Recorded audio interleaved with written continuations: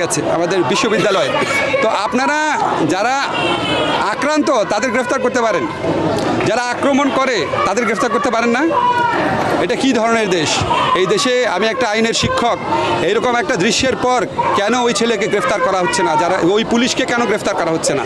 এটা তো আজকে নতুন না। আপনাদের মনে আছে হেলমেট বাহিনী একটা ছেলে আপনার রাজশাহী না কোথায়, সে হাতুড়ি দিয়ে একটা আন্দোলনকারী ছেলের হাত পায়ের হাড্ডি ভেঙে ফেলে নিজে ফেসবুকে পোস্ট দিয়েছে, আমি করেছি।